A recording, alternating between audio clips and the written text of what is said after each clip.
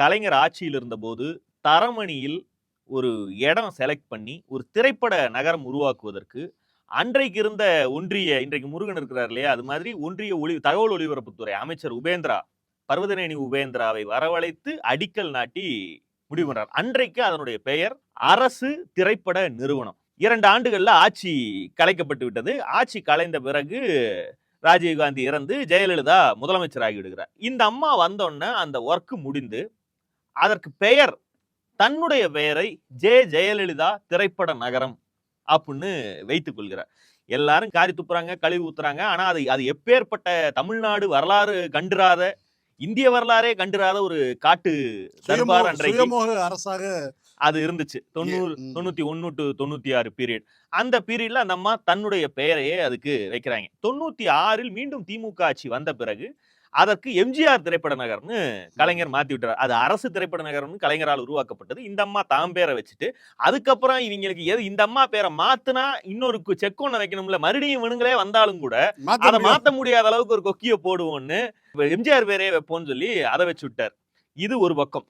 ஆனால் 95 ஏப்ரல் 22ஆம் தேதி நாம் இப்ப பேசிக் கொண்டிருக்கக்கூடிய அந்த செவாலியே சிவாஜி கணேசனுக்கான பாராட்டு விழா நடக்குது. ரஜினி என்ன பண்ணிட்டாருன்னா, இதுக்கு சிவாஜி பேரை அல்லவா வைக்க வேண்டும் அப்படிங்கிற மாதிரி பொருள்பட ஜெயலலிதா முன்னிலையிலேயே பேசிவிட்டார். அதையும் நார்மலா பேசாம இப்பெல்லாம் சிரிச்சுட்டு பேசுறாருல, ஜாலியா ஊசி ஏத்துற மாதிரி ஏத்திடுற, அப்படி இல்லாம நல்ல கோபமாவே ஆங்கிரி யங்மேனா இருந்த காலகட்டம் பேசி விட்டார். ஜெயலலிதா இதற்கு மிகவும் கோவப்பட்டதாகவும் தொண்டர்கள்லாம் பயங்கர கொந்தளிக்கிற மாதிரியும் அது ஆயிருச்சு.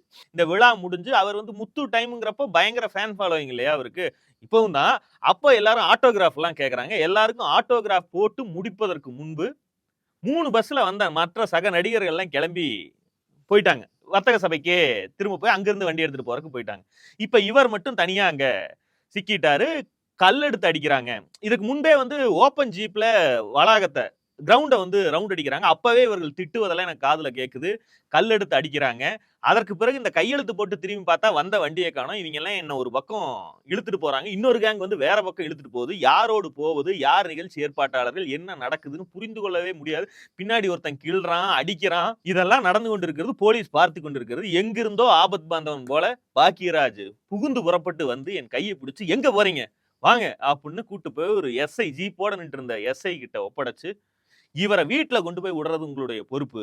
ஒரு ஸ்டார் இப்படி கூட்டத்தில் இழுத்துட்டு போயிட்டு இருக்காங்க, பாத்துட்டு இருக்கீங்களா? இவருக்கு ஏதாவது ஆச்சுன்னா நாளைக்கு நீங்க தானே பதில் சொல்லணும். அப்படியான்னு மிரட்டி நீங்க அவர் வீட்டுல விட்டுட்டு எனக்கு அங்கிருந்து போன் பண்ணுங்கன்னு அந்த போலீஸ் அதிகாரிக்கும் உத்தரவிட்டார். அன்றைக்கு அப்படி பாக்கியராஜனை காப்பாத்தினார்.